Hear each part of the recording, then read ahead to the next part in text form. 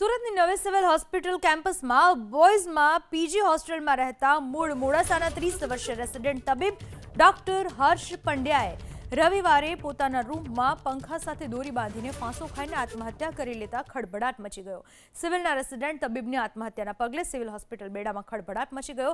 હર્ષ પંડ્યાએ હાલ તો કયા કારણોસર આત્મહત્યા કરી તે કારણ સ્પષ્ટ થયું નથી, પરંતુ રેગિંગ થયું હોવાની આશંકાની દિશામાં તપાસ શરૂ કરી દેવામાં આવી છે। આરોગ્ય મંત્રી પ્રફુલ પાનસેરિયાએ ઘટનાને પગલે એક્શનમાં આવ્યા।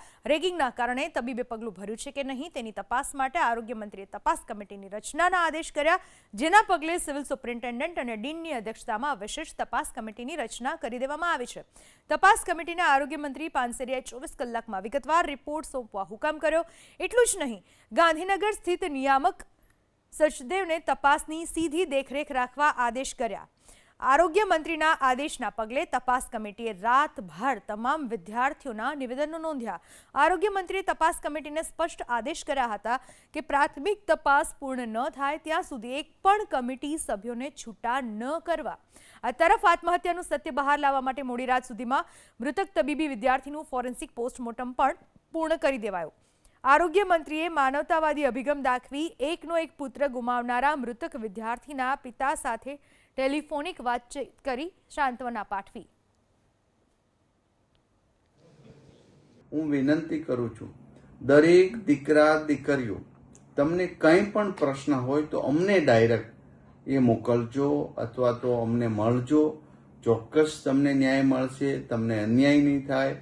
અને દરેક ક્ષેત્રે હજી કોઈ પણ કદાચ હજી આમાં તપાસ શરૂ છે, રેગિંગની ઘટના હશે અથવા તો કોઈ પ્રેશર હશે તો પણ અમે એમને બહાર લાવીને ન્યાય આપવાનો સંપૂર્ણપણે ખાતરી આપી છે। ફરી વખત ગુજરાતના તમામ વિદ્યાર્થીઓને હું વિનંતી કરું છું, પ્લીઝ તમે ક્યારેય નેગેટિવ નહીં વિચારો। અમે છીએ, સમાજના છીએ, તમારી સાથે છીએ, સરકાર તમારી સાથે છે। એટલા માટે જો આટલો બધો ખર્ચ કરે છે, આટલી મોટી કોલેજો બનાવી, કરોડો રૂપિયા ખર્ચ કરીને તમને ડોક્ટર એન્જિનિયર બનાવવાનું સ્વપ્ન તમારા મમ્મી પપ્પાનું છે, એમ સમાજના દરેક લોકોનું, અગ્રણીઓનું અને સરકારનું આ જ સ્વપ્ન છે કે આવનારી પેઢી ખૂબ મજબૂત, જ્ઞાની, વિવેકી બને। પરંતુ ક્યાંક ક્ષતિ રહી જાય છે, ક્યાંક ક્ષતિ છે, એને આપણે સુધારવાનો પ્રયાસ કરીશું। મૃતક ડોક્ટર હર્ષ પંડ્યાના પિતાનો મોટો દાવો, ડિપાર્ટમેન્ટમાં સિનિયર્સની થોડી ઘણી સમસ્યાઓ કે તકલીફો હતી તેવું પિતાનું કહેવું છે। જવાબદારો સામે કાર્યવાહી કરવા પણ પરિવારે માંગ કરી છે। એ હર્ષના ભાઈબંધ હતો, એનો ફોન આવ્યો કે ભાઈ તમે તાત્કાલિક અહીંયા બધા માણસો લઈને આવી જાઓ ને, કેમ શું બન્યું છે? એટલે કે હર્ષ આપણી વચ્ચે રહ્યો નથી। અમે બધા પછી તો અહીં દોડાયા। શંકા તો બધાનું આ જોતો એવું પહેલાં વાત થાય કે ભાઈ તને કંઈ ભણવામાં કંઈ તકલીફ છે કે ના, કોઈ સિનિયરોની તકલીફ હોય તો કે થોડી ઘણી રહે ડિપાર્ટમેન્ટમાં, એ સિવાય તો બીજો કોઈ પ્રશ્ન હતો નહીં। શંકા તો હવે શું કહેવાય, પણ હવે આ બધી પીએમની વિગતને બધું થાય છે, જે હશે બહાર આવે એવું ઈચ્છીએ છીએ અમે। જવાબદાર તો હવે આ તો ડિપાર્ટમેન્ટ જે અત્યારે કંઈ કમિટી રચી છે, કમિટી હવે જે આગળ નિર્ણય કરશે એ થશે। સુરતની મેડિકલ કોલેજમાં વિદ્યાર્થીની આત્મહત્યા પાછળ રેગિંગ કારણભૂત। પ્રાથમિક તપાસ બાદ 4 સિનિયર રેસિડેન્ટ તબીબને સસ્પેન્ડ કરાયા। સેકન્ડ યર માઇક્રોબાયોલોજીના 4 સ્ટુડન્ટ 6 મહિના માટે સસ્પેન્ડ। ટીચિંગ એક્ટિવિટી, હોસ્ટેલ અને હોસ્પિટલમાંથી 4ને સસ્પેન્ડ કરાયા। મૃતક હર્ષ પંડ્યા ફર્સ્ટ યર માઇક્રોબાયોલોજીનો વિદ્યાર્થી હતો। 9 વિદ્યાર્થીઓના નિવેદનમાં રેગિંગ થયું હોવાનું પ્રાથમિક તારણ સામે આવ્યું। આત્મહત્યા પહેલા મૃતક હર્ષ પંડ્યાએ મિત્રને મોકલી હતી રીલ।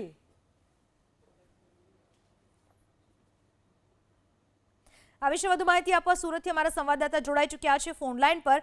ગઈકાલે એક આશંકા સેવવામાં આવી હતી મૃતક હર્ષ પંડ્યાના આત્મહત્યાના મામલાને લઈને, તેના પિતાએ પણ આશંકા સેવી હતી। આ મામલાના ક્યાંક ને ક્યાંક પુરાવા સામે આવ્યા છે। અત્યાર સુધીની તપાસમાં અને પૂછપરછમાં શું શું વસ્તુઓ બહાર આવી છે? જી બિલકુલ, સુરત શહેરના નવી સિવિલ હોસ્પિટલમાં ડોક્ટર દ્વારા આપઘાતનો કેસ સામે આવ્યો હતો। એમાં નવા ખુલાસા સામે આવી રહ્યા છે। જે પ્રમાણે માહિતી મળી રહી છે, સમગ્ર કેસની અંદર આરોગ્ય મંત્રી ખુદ તેમણે તપાસના આદેશ આપ્યા હતા અને 24 કલાકની અંદર રિપોર્ટ આપવા માટેની સૂચના છે એ પણ આપવામાં આવી હતી, જેમાં રિપોર્ટમાં ચોંકાવનારા ખુલાસા થયા છે. સિનિયર ડોક્ટરો દ્વારા જુનિયરનું રેગિંગ કરવામાં આવ્યું હતું. ચાર જેટલા ડોક્ટરો દ્વારા આ ડોક્ટરને હેરાન પરેશાન કરવામાં આવ્યા હતા, રેગિંગ કરવામાં આવ્યું હતું, જેને લઈને જ આ ડોક્ટરે આપઘાત કર્યો હોવાનું સામે આવ્યું છે. ત્યારે ખૂબ જ ચોંકાવનારી માહિતી મળી રહી છે.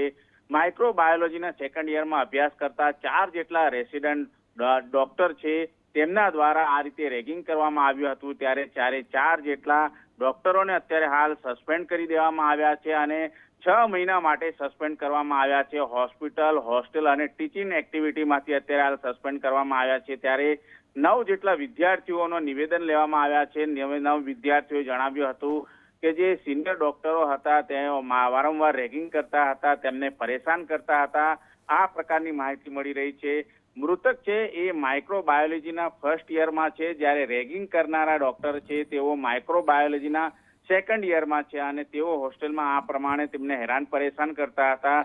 બીજી તરફ એક મહત્વની કડી પણ સાંપડી છે, જે પ્રમાણે ડોક્ટર હર્ષ પંડ્યા આપઘાત મામલે જે રીતે ખટોદરા પોલીસ તપાસ કરી રહી છે, ત્યારે મોબાઈલ, લેપટોપ જપ્ત કરીને તપાસ છે એ શરૂ કરી દેવામાં આવી છે. ત્યારે આપઘાત કરતા પહેલા જે રીતે એક મિત્રને એક રીલ મોકલી હતી એની પણ અત્યારે હાલ તપાસ કરવામાં આવી રહી છે. ત્યારે આ બાબતને લઈને અત્યારે હાલ જોઈ શકાય છે જે રીતે જે સિનિયર ડોક્ટરો છે જુનિયર ડોક્ટરનું રેગિંગ કરતા હતા એ પ્રમાણેનો ઘટસ્ફોટ થયો છે. ત્યારે આરોગ્ય મંત્રીના જે રીતે આદેશ બાદ તપાસના ધમધમાટ શરૂ કરી દેવામાં આવ્યા હતા. નવી સિવિલ સુપ્રિન્ટેન્ડન્ટ પારુલ વડગામાં, એની સાથોસાથ નવી સિવિલ હોસ્પિટલ ડીન છે જયેશ બ્રહ્મભટ્ટ, તેમની અધ્યક્ષતામાં એક તપાસ કમિટીની રચના થઈ હતી અને આખી રાત જે પ્રમાણે નિવેદનો લેવામાં આવ્યા હતા, હોસ્ટેલ પરિસરમાં રહેલા તમામ વિદ્યાર્થીઓ છે તેમને પૂછપરછ કરવામાં આવી હતી, તેમના નિવેદનો લેવામાં આવ્યા હતા. ત્યારબાદ અન્ય સિક્યુરિટી સ્ટાફ હોય કે અન્ય કેટલાક સ્ટાફ તેની પણ તપાસણી કરવામાં આવી હતી અને જે પૈકી 9 જેટલા વિદ્યાર્થીઓએ જણાવ્યું હતું કે આ પ્રમાણે જે મૃતક ડોક્ટર છે તેનું રેગિંગ કરવામાં આવ્યું હતું. ત્યારે ફલિત થાય છે કે જે રીતે ડોક્ટરના આપઘાતને લઈને અત્યારે હાલ રેગિંગને લઈને એટલે મોટા સમાચાર સામે આવી રહ્યા છે, ત્યારે તેમના વિરુદ્ધ પણ કડક કાર્યવાહી કરવામાં આવી છે. 6 મહિના માટે તેમને સસ્પેન્ડ કરી દેવાયા છે. જી આભાર આપનો તમામ માહિતી બદલ. સુરતમાં રેગિંગની ઘટનામાં માઇક્રોબાયોલોજી વિભાગના એચઓડી સહિત કોને નોટિસ ફટકારાઈ તેના ઉપર નજર કરીએ. આખી ઘટનામાં doctor Sumaiya Mulla HOD microbiology છે સુરત સિવિલના, તેમને નોટિસ ફટકારવામાં આવી છે. ઉપરાંત ડોક્ટર સંગીતા રાજદે જેઓ માઇક્રોબાયોલોજી સુરત સિવિલ હોસ્પિટલના ફેકલ્ટી છે તેમને નોટિસ ફટકારાય છે. તો સુરત સિવિલના માઇક્રોબાયોલોજીના અન્ય એક ફેકલ્ટી ડોક્ટર યોગિતા મિસ્ત્રી જેમને નોટિસ ફટકારાય છે.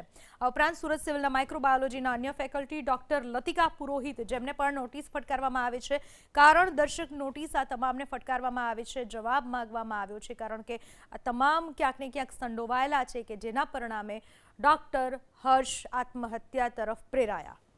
તો રેગિંગ કરનાર સામે કઈ કાર્યવાહી થઈ શકે છે એ પણ અમે આપને જણાવીએ, કારણ કે જે ઘટના બની, ગુનો નોંધાયો છે, તો રેગિંગ કરનાર સામે 2 વર્ષની જેલ અને 10,000 સુધીનો દંડ થઈ શકે છે. વર્ગો અને શૈક્ષણિક વિશેષાધિકારમાં હાજરી આપવાનું સસ્પેન્શન કરવામાં આવી શકે છે. શિષ્યવૃત્તિ અને ફેલોશિપ તેમજ અન્ય લાભો પણ રોકવામાં આવી શકે છે. તો કસોટી પરીક્ષા અથવા તો મૂલ્યાંકન પ્રક્રિયામાં તેઓ હાજર ન રહી શકે એ પણ કાર્યવાહી થઈ શકે.